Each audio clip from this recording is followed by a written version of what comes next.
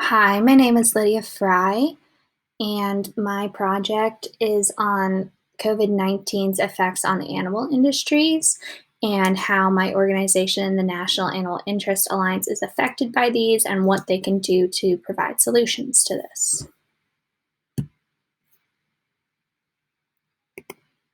So, the issue at hand is that obviously, along with basically every other industry, animal industries are taking a toll with the increase of COVID-19 cases throughout the United States. Lack of workers mean a slowdown of production, creating a meat crisis. NIA is a supporter of these industries and fears a meat shortage will allow room for organizations such as PETA to make advances. The big issue is that right now 13 workers have died from COVID-19, which is creating a mass panic. So it's all about creating new regulations and increasing the ability to keep workers safe, which will keep up meat production.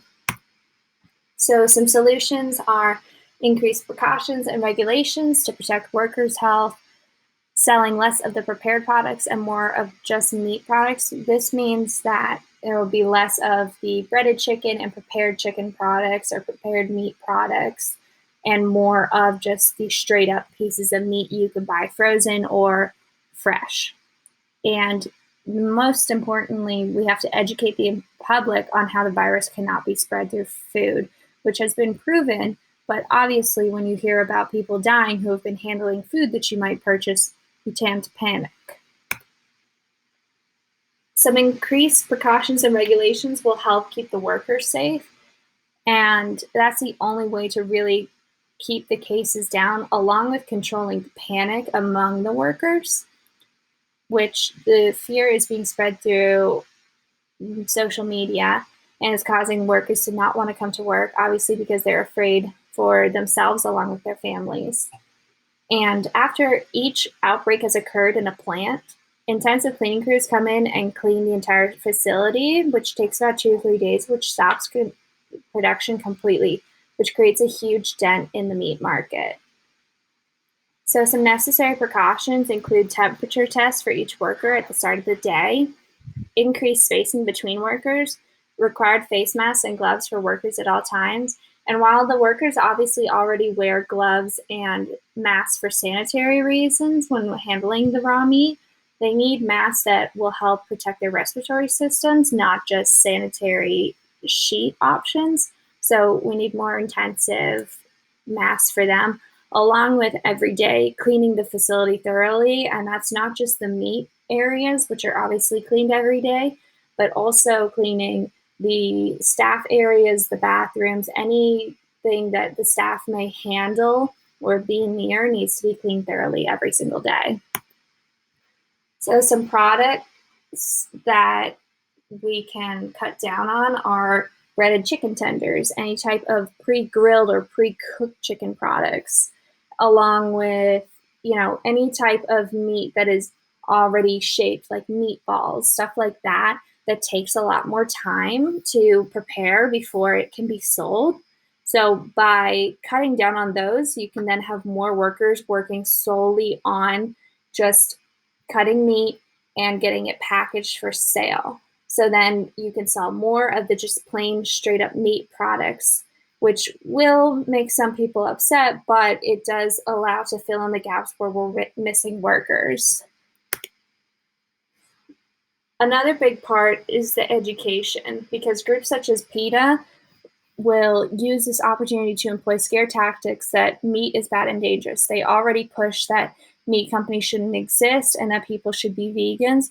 So any type of room that they can get their foot in the door to scare people about eating meat and supporting meat companies, they will.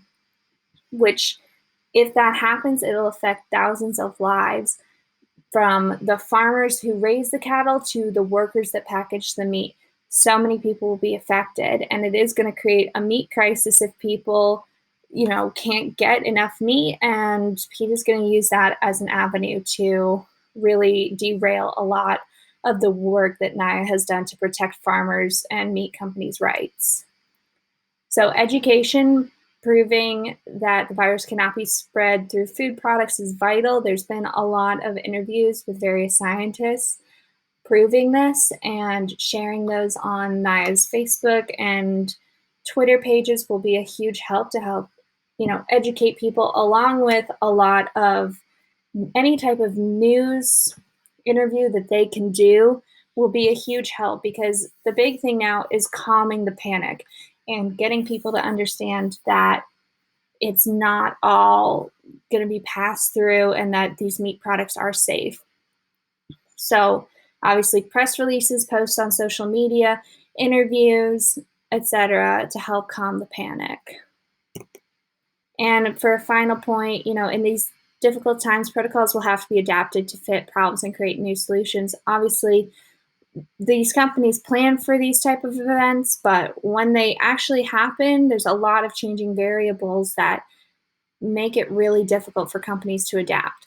So the biggest thing is that NIA needs to help ease the panic so that meat companies can focus on their precautions and increasing their product turnout, which means NIA needs to work more aggressively with social media outlets and various media outlets to help calm the panic so that people will continue to buy meat, and then the meat companies can focus on just getting more meat put out there for the public. And here are my sources. Thanks.